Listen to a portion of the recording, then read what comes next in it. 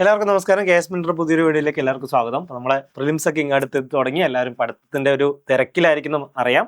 അപ്പോൾ നിങ്ങൾ പഠിക്കുമ്പോൾ എന്തൊക്കെ ഫോക്കസ് ചെയ്ത് പഠിക്കണം എന്നുള്ള കാര്യം പറയാൻ വേണ്ടിയിട്ടാണ് ഞാനിവിടെ വന്നിരിക്കുന്നത്. നമ്മുടെ ഒരു സീരീസ് റൺ ചെയ്തുകൊണ്ടിരിക്കുകയാണ്, ഹോട്ട് ടോപ്പിക് എന്ന് പറഞ്ഞിട്ട്. അപ്പോൾ നിങ്ങൾ ബാക്കിയുള്ള വീഡിയോസ് ഒന്നും കണ്ടിട്ടില്ലെങ്കിൽ എത്രയും പെട്ടെന്ന് തന്നെ കാണുക. അതിനനുസരിച്ച് നിങ്ങളുടെ പഠിത്തം ഒന്ന് മാറ്റി പിടിക്കാം. ഓക്കെ, അപ്പോൾ എന്താണ് ഇതിന്റെ ഉദ്ദേശം എന്ന് പറഞ്ഞു കഴിഞ്ഞാൽ ഇത്രയേ ഉള്ളൂ. അതായത് നമുക്ക് സിലബസിൽ ഒരുപാട് കാര്യങ്ങൾ പറഞ്ഞിട്ടുണ്ടാവും. പക്ഷേ നമ്മൾ വളരെ കുറച്ച് കാര്യങ്ങൾ മാത്രം പഠിച്ചാൽ മതി ഈ ഒരു എക്സാമിന് നല്ല സ്കോർ വാങ്ങിക്കാൻ വേണ്ടിയിട്ട്. അപ്പോൾ എങ്ങനെയാണ് ആ കുറച്ച് ഭാഗങ്ങൾ എന്നുള്ളത് നമുക്ക് മനസ്സിലാക്കണ്ടേ? അതിന് കൃത്യമായിട്ട് നമ്മുടെ ഒരു ടെക്നോളജിയുടെ സഹായത്തോടെ, ഒരു ഡാറ്റ അനലിറ്റിക്സിന്റെ ബേസോടെ തന്നെ നമ്മൾ ആ കാര്യങ്ങൾ പഠിക്കും. ഇപ്പോൾ നമ്മളൊരു വ്യക്തി എന്നുള്ള നിലയിൽ എല്ലാ ക്വസ്റ്റ്യൻ പേപ്പർ എടുത്തിരുന്ന് നോക്കുക എന്ന് പറഞ്ഞാൽ വളരെ ബുദ്ധിമുട്ടായിരിക്കും. അപ്പോൾ നമുക്കൊരു സിസ്റ്റം ഉപയോഗിച്ച് അനലൈസ് ചെയ്തിട്ടുള്ളൊരു റിപ്പോർട്ടാണ് നിങ്ങളെ കാണിക്കുന്നത്. അപ്പോൾ ഏതൊക്കെ ഭാഗങ്ങളാണ് പഠിക്കേണ്ടത് ഇനി വരുന്ന എക്സാമിന്, അപ്പോൾ അതാണ് നിങ്ങൾ അവസാനം നോട്ട് ഡൗൺ ചെയ്ത് വയ്ക്കുക. അപ്പോൾ നമുക്ക് നോക്കുന്നത് ഇന്ന് ബേസിക്സ് ഓഫ് കമ്പ്യൂട്ടറിന്റെ ഭാഗത്തു നിന്നുള്ള ചോദ്യങ്ങളാണ്. കഴിഞ്ഞ 5 വർഷത്തെ പ്രിലിംസിന്റെ ക്വസ്റ്റ്യൻ പേപ്പേഴ്സ് ആണ് നമ്മളിവിടെ ഉപയോഗിച്ചിരിക്കുന്നത്. അപ്പോൾ നോക്കിക്കഴിഞ്ഞാൽ നമുക്ക് IT-യുടെ ഭാഗത്ത് നിന്ന് അല്ലെങ്കിൽ ബേസിക്സ് ഓഫ് കമ്പ്യൂട്ടറിന്റെ ഭാഗത്ത് നോക്കിക്കഴിഞ്ഞാൽ ഏറ്റവും കൂടുതൽ ക്വസ്റ്റ്യൻ വന്നിരിക്കുന്ന ഏരിയ എവിടെ നിന്നാണെന്ന് നമുക്ക് മനസ്സിലാവുമല്ലോ. ഹാർഡ്വെയർസിന്റെ ഭാഗത്ത് നിന്നാണ് ഏറ്റവും കൂടുതൽ ചോദ്യം വന്നിരിക്കുന്നത്. 17 ചോദ്യങ്ങൾ ആ ഭാഗത്ത് നിന്ന് വന്നിട്ടുണ്ട്. അതുപോലെ തന്നെ അത് കഴിഞ്ഞാൽ സോഫ്റ്റ്വെയറിന്റെ ഭാഗത്ത് നിന്നാണ്. ഹാർഡ്വെയർ പോലെ തന്നെ വളരെ ഇമ്പോർട്ടൻ്റ് ആയിട്ടുള്ളതാണ് സോഫ്റ്റ്വെയറിന്റെ ഭാഗം എന്ന് പറയുന്നതും. അതുപോലെ തന്നെ കമ്പ്യൂട്ടർ നെറ്റ്വർക്ക്. ഓക്കെ, നെറ്റ്വർക്ക് വളരെ ഇമ്പോർട്ടൻ്റ് ആണ്. Cyber crime and cyber law എന്ന് പറയുന്ന ഭാഗത്ത് IT ആക്ട് ഒക്കെ വരുന്ന ആ ഒരു ഭാഗം, അതിനകത്ത് നിന്നാണ് പിന്നീട് വന്നിരിക്കുന്ന കൂടുതൽ ചോദ്യം വന്നിരിക്കുന്നത്. അതുപോലെ തന്നെ ഇന്റർനെറ്റിന്റെ ഭാഗത്ത് നിന്ന് കൂടുതൽ ചോദ്യം വന്നിട്ടുണ്ട്. അല്ലാത്ത ഭാഗത്തുനിന്നുള്ള ചോദ്യങ്ങൾ വളരെ വളരെ കുറവാണ് എന്ന് വേണമെങ്കിൽ പറയാം. IT എന്ന് പറഞ്ഞു കഴിഞ്ഞാൽ 5 ചോദ്യങ്ങൾ വരുന്നതാണ്. 5 ചോദ്യങ്ങൾ നമുക്ക് സ്കോർ ചെയ്ത് 5 മാർക്ക് നമുക്ക് ഉറപ്പിക്കാൻ പറ്റുന്ന ഒരു ഭാഗം തന്നെയാണ് IT എന്ന് പറയുന്നത്. അപ്പോൾ ഏതൊക്കെ ഏരിയ ആണ് ഇപ്പോൾ നിങ്ങൾക്ക് മനസ്സിലാവും. ഓക്കെ, ഈ ഹെഡ് തന്നെയല്ലേ തന്നിരിക്കുന്നത് തന്നെ നിങ്ങൾക്ക് തോന്നും. അപ്പോൾ ഹാർഡ്വെയർ എന്നാണ് ഏറ്റവും കൂടുതൽ ചോദ്യം വന്നെന്നുള്ളത് മനസ്സിലാക്കുക. നമുക്ക് കുറച്ചുകൂടി ഇന്നറിലേക്ക് ഇറങ്ങാം. അതുപോലെ തന്നെ സോഫ്റ്റ്വെയർ, അത് കഴിഞ്ഞിട്ട് അതുപോലെ തന്നെ computer network, cyber law, cyber crime ഒക്കെ വരുന്ന ആ ഒരു ഭാഗത്തു നിന്നാണ് പിന്നീടുള്ള ചോദ്യങ്ങൾ വന്നിരിക്കുന്നത്. അപ്പോൾ നമ്മൾ കുറച്ചുകൂടി ഉള്ളിലേക്ക് പോയി കഴിഞ്ഞാൽ, അതായത് ഹാർഡ്വെയറിന്റെ അകത്തോട്ട് പോയി കഴിഞ്ഞാൽ ഈ 17 ചോദ്യങ്ങളിൽ ഏറ്റവും കൂടുതൽ ചോദ്യം വന്നിരിക്കുന്ന ഏതെന്നാണ്? മെമ്മറി ഡിവൈസിന്റെ ഭാഗത്തു നിന്നാണ്. ഇപ്പോൾ പ്രൈമറി മെമ്മറി, സെക്കൻഡറി മെമ്മറി എന്നൊക്കെ പറഞ്ഞിട്ട് നമ്മൾ പഠിക്കാറില്ലേ? അപ്പോൾ ആ ഒരു കാര്യം കൃത്യമായിട്ട് പഠിച്ചു വെക്കുക. മെമ്മറിയുടെ കാര്യം നിങ്ങൾ വിട്ടുപോകരുത്. ഏറ്റവും ഫാസ്റ്റ് ആയിട്ടുള്ള മെമ്മറി ഏതാണ്? ഓക്കെ, ഇങ്ങനെയുള്ള ചോദ്യങ്ങൾ നിങ്ങൾ എന്ത് ചെയ്യരുത്, വിട്ടുപോകരുത് എന്നാണ് എനിക്ക് പറയാനുള്ളത്. അപ്പോൾ അതൊന്ന് ഓർത്ത് വെച്ചേക്കാം. ഇനി അടുത്തതോ എവിടെ നിന്നാണ് വന്നിരിക്കുന്നത്? CPU-ന്റെ ഭാഗത്ത് നിന്ന് വന്നിട്ടുണ്ട്. അതുപോലെ തന്നെ ഇൻപുട്ട് ഡിവൈസിന്റെ ഭാഗത്ത് നിന്ന് വന്നിട്ടുണ്ട്. ഓക്കെ, ഇൻപുട്ട് ഔട്ട്പുട്ട് ഡിവൈസ് ഒക്കെ നമുക്ക് പഠിക്കാനുണ്ട്. എന്നിരുന്നാലും നിങ്ങൾ മനസ്സിലാക്കുക, നമുക്ക് ഏറ്റവും കൂടുതൽ ക്വസ്റ്റ്യൻസ് വരുന്നത് എവിടെ നിന്നാണ്? മെമ്മറി ഡിവൈസിന്റെ ഭാഗത്ത് നിന്നാണ്. അപ്പോൾ അത് ഒരിക്കലും സ്കിപ്പ് ചെയ്യരുത്, അതാണ് ഇതിനർത്ഥം. ബാക്കിയുള്ളത് പഠിക്കരുത് അല്ലെങ്കിൽ അതിന് ബാക്കിയുള്ളത് ഒഴിവാക്കുക എന്നല്ല ഉദ്ദേശിച്ചിരിക്കുന്നത്.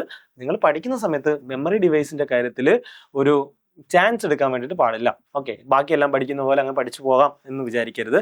അതുപോലെ തന്നെ അടുത്ത വന്നിരിക്കുന്നതാണ് സോഫ്റ്റ്വെയർസിന്റെ ഭാഗം. സോഫ്റ്റ്വെയർസിന്റെ ഭാഗത്തിൽ ഏറ്റവും കൂടുതൽ ചോദ്യങ്ങൾ വന്നിരിക്കുന്നത് എവിടെയാണ്? സിസ്റ്റം സോഫ്റ്റ്വെയറിനെ കുറിച്ചാണ്. നമ്മൾ ഡിഫറെന്റ് ടൈപ്പ് ഓഫ് സോഫ്റ്റ്വെയർസിനെ കുറിച്ച് പഠിക്കുന്നുണ്ട്. അതിൽ തന്നെ സിസ്റ്റം സോഫ്റ്റ്വെയറിനെ കുറിച്ചിട്ടാണ് കൂടുതലും ചോദ്യം ചോദിച്ചിരിക്കുന്നത്. അപ്പോൾ ഏതൊക്കെയാണ് ഡിഫറെന്റ് സിസ്റ്റം സോഫ്റ്റ്വെയർസ് എന്നുള്ള കാര്യങ്ങളൊന്ന് പേരൊക്കെ ഒന്ന് പഠിച്ചു വയ്ക്കുക, ഏതൊക്കെയാണെന്നുള്ളത്.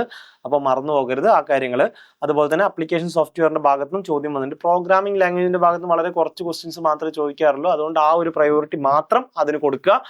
ബാക്കിയുള്ളതിന് കൂടുതൽ ടൈം സ്പെൻഡ് ചെയ്യാൻ വേണ്ടിയിട്ട് നോക്കുക. അതുപോലെ തന്നെ പ്രീവിയസ് ഇയർ ക്വസ്റ്റ്യൻസ് സോൾവ് ചെയ്ത് നോക്കാം. Okay, previous year questions solve ചെയ്യുക. അതുപോലെ തന്നെ നെറ്റ്വർക്ക് ഡിവൈസസ് വരുമ്പോൾ ഏറ്റവും കൂടുതൽ നമ്മളെ കുഴക്കുന്ന ഒരു ഭാഗം കൂടിയാണല്ലോ നെറ്റ്വർക്ക് ഡിവൈസ്. നമ്മുടെ അടുത്ത് സ്വിച്ച്, ഹബ്ബ് ഇങ്ങനെയൊക്കെ ചോദ്യം ചോദിച്ചിട്ട് നമ്മുടെ അടുത്ത് ഇത് ഏതാണ് അല്ലെങ്കിൽ ഇതിന് ഉപയോഗിക്കുന്ന ഏതാണ് എന്നുള്ള ചോദ്യങ്ങളൊക്കെ വരും. അപ്പോൾ അങ്ങനെയുള്ള ഭാഗം വരുന്ന സമയത്ത് കൺഫ്യൂഷൻ ആകാൻ പാടില്ല. അതായത് എപ്പോഴും ചോദിക്കുന്ന ചോദ്യങ്ങൾ നിങ്ങൾക്ക് കിട്ടിയിട്ടില്ല എന്ന് പറഞ്ഞു കഴിഞ്ഞാൽ ഈ ഒരു കോമ്പറ്റീഷൻ്റെ അകത്ത് നിങ്ങൾ ഔട്ടാണെന്നാണ് ഉദ്ദേശിക്കുന്നത്. അപ്പോൾ ഈ ഒരു ഭാഗമൊന്നും നിങ്ങൾ നോക്കാതെ പോകരുത്. അപ്പോൾ നെറ്റ്വർക്ക് ഡിവൈസിന്റെ ഭാഗത്തിൽ നെറ്റ്വർക്കിങ്ങിന്റെ ഭാഗത്ത് തന്നെ ഏറ്റവും കൂടുതൽ ചോദ്യം വന്നിരിക്കുന്നത് എവിടെയാണ്? നെറ്റ്വർക്ക് ഡിവൈസസിന്റെ അകത്ത് നിന്നാണ്. 7 ചോദ്യങ്ങളാണ്. 12-ൽ 7 ചോദ്യം വന്നിരിക്കുന്നത്. ഏകദേശം 50%-ലധികം, ഏകദേശം 60% ചോദ്യം എന്ന് നമുക്ക് വേണമെങ്കിൽ പറയാം. അത്രയും വന്നിരിക്കുന്നത് ഈ നെറ്റ്വർക്ക് ഡിവൈസിന്റെ ഭാഗത്ത് നിന്നാണ്. അപ്പോൾ മനസ്സിലാക്കാലോ ആ ഒരു ഭാഗത്തിന്റെ ഇമ്പോർട്ടൻസ് എത്രയാണെന്നുള്ളത്. അപ്പോൾ ഞാൻ പറഞ്ഞു വരുന്ന ഇത്രയാണ്. ഈ IT, അതായത് basics of computer and cyber crime എന്ന് പറയുന്ന ഈ ഒരു ഭാഗത്ത് നമ്മൾ ഏറ്റവും കൂടുതൽ പഠിക്കേണ്ട ഭാഗം ഏതൊക്കെയാണെന്നുള്ളതാണ്. നമ്മൾ നേരത്തെ പറഞ്ഞ പോലെ തന്നെ ഹാർഡ്വെയറിൻ്റെ അകത്ത് മെമ്മറി ഡിവൈസ് ഒരു ഫസ്റ്റ് പ്രയോറിറ്റി എന്നുള്ള നിലയിൽ നോക്കുകയാണെങ്കിൽ മെമ്മറി ഡിവൈസ് നമ്മൾ നോക്കിയിട്ട് പോകണം. അതുപോലെ തന്നെ നെറ്റ്വർക്ക് ഡിവൈസസിനെ കുറിച്ചുള്ള കാര്യം നമ്മൾ ഓൾറെഡി പറഞ്ഞു. 7 ചോദ്യങ്ങൾ വന്നിട്ടുണ്ടായിരുന്നു. IT act and cyber laws നിങ്ങൾ നോക്കുക. ഈ കഴിഞ്ഞ 5 വർഷത്തെ ക്വസ്റ്റ്യൻ പേപ്പർ എടുത്തു കഴിഞ്ഞാലും 5 വർഷത്തെ ക്വസ്റ്റ്യൻ പേപ്പർ എന്ന് പറയുമ്പോൾ 13 ക്വസ്റ്റ്യൻ പേപ്പർ ആണുള്ളത്. 13 ക്വസ്റ്റ്യൻ പേപ്പറും പ്ലസ് ഒരു റേഞ്ച് ഫോറസ്റ്റ് ഓഫീസറിന് വേണ്ടിയിട്ട് ഒരു എക്സാം കൂടി നടന്നിട്ടുണ്ടായിരുന്നു. മൊത്തം 14 പ്രിലിമിനറി ക്വസ്റ്റ്യൻ പേപ്പർ നമ്മുടെ മുമ്പിൽ അവൈലബിൾ ആണ്. ഓക്കെ, അപ്പൊ ഇത്രയും ക്വസ്റ്റ്യൻ എടുത്തു നോക്കിക്കഴിഞ്ഞാൽ എല്ലാ ക്വസ്റ്റ്യൻ പേപ്പറിലും നിങ്ങൾക്ക് ഒരു ചോദ്യം ഇവിടുന്നും കാണാൻ വേണ്ടിയിട്ട് പറ്റും. IT ആക്ടിന്റെ ഭാഗത്ത് നിന്ന് കാണാൻ വേണ്ടിയിട്ട് പറ്റും. എല്ലാ വർഷവും ചോദ്യം വന്നിട്ടുണ്ട്. ഈ 5 വർഷത്തിലും ഓരോ ചോദ്യം വീതം വെച്ചിട്ടെങ്കിലും വന്നിട്ടുണ്ട്. അപ്പോൾ അതിന്റെ ഇമ്പോർട്ടൻസ് മനസ്സിലാക്കുക.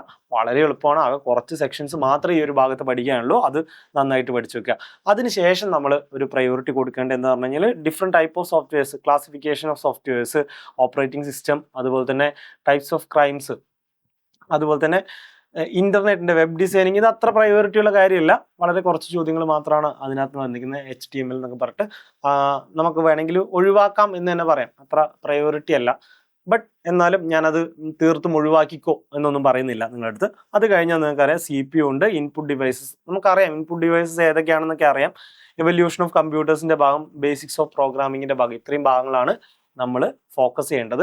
ഞാൻ ഈ കൊടുത്തിരിക്കുന്നത് പ്രയോറിറ്റി അനുസരിച്ചിട്ടാണ്. ആദ്യത്തെ 3നാണ് ഹൈ പ്രയോറിറ്റി കൊടുത്തിരിക്കുന്നത്. പിന്നെ ഈ സെക്കൻഡ് കോളത്തിലുള്ളതിനാണ് അത് കഴിഞ്ഞിട്ടുള്ള ഒരു പ്രയോറിറ്റി വരുന്നത്.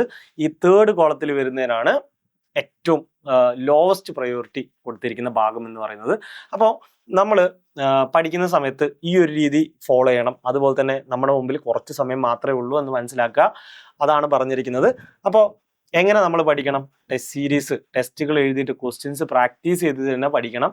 പ്രീവിയസ് ഇയർ ക്വസ്റ്റ്യൻസ് പഠിക്കണം. അതുപോലെ തന്നെ ടെസ്റ്റുകൾ പ്രാക്ടീസ് ചെയ്യണം. അപ്പോൾ എങ്ങനെയുള്ള ടെസ്റ്റ് പ്രാക്ടീസ് ചെയ്യും? ഇതുപോലുള്ള ക്വസ്റ്റ്യൻസ്, അതായത് ഇതുപോലെ ടോപ്പിക് ലെവൽ അല്ലെങ്കിൽ സബ് ടോപ്പിക് ലെവലിലെ കാര്യങ്ങൾ ക്യാപ്ചർ ചെയ്യുന്ന രീതിയിലുള്ള ടെസ്റ്റുകൾ എഴുതണം. അപ്പൊ നമ്മൾ KS മെന്ററിന്റെ ടെസ്റ്റുകളൊക്കെ ഡിസൈൻ ചെയ്തിരിക്കുന്നത് അങ്ങനെയാണ്. ഇതുപോലുള്ള ഓരോ സബ്ജക്റ്റിന്റെ കൃത്യമായ അനലിറ്റിക്സ് എടുത്ത് അതിനകത്ത് ഏതൊക്കെ ചോദ്യങ്ങളാണ് ചോദിക്കാൻ സാധ്യതയുള്ളത്, ഇനി വരുന്ന എക്സാമിന് ഏതൊക്കെയായിരിക്കും വരാൻ സാധ്യതയുള്ളതെന്ന് മനസ്സിലാക്കിയിട്ടാണ് ഓരോ ക്വസ്റ്റ്യൻ പേപ്പറും പ്രിപ്പയർ ചെയ്യുന്നത്. അപ്പൊ നിങ്ങൾക്ക് ധൈര്യമായിട്ട് എക്സാം എഴുതി ആ ഒരു രീതിയിൽ കഴിഞ്ഞ കാലങ്ങളിൽ നോക്കിക്കഴിഞ്ഞാൽ 85% ചോദ്യങ്ങൾ നമുക്ക് പ്രെഡിക്റ്റ് ചെയ്യാൻ വേണ്ടിയിട്ട് പറ്റിയിട്ടുണ്ട്. അപ്പം നിങ്ങൾക്ക് ജോയിൻ ചെയ്യാനുള്ള ലിങ്ക് ഞാനിവിടെ കമന്റ് ബോക്സിൽ പിൻ ചെയ്യുന്നുണ്ട്. അപ്പോൾ നിങ്ങൾ ഇതുവരെ ജോയിൻ ചെയ്തില്ലെങ്കിൽ ജോയിൻ ചെയ്യുക. അപ്പോൾ എല്ലാവരും നന്നായിട്ട് പഠിക്കുക. ബാക്കിയുള്ള വീഡിയോസ് കൂടി കാണാൻ വേണ്ടിയിട്ട് ശ്രമിക്കുക. താങ്ക്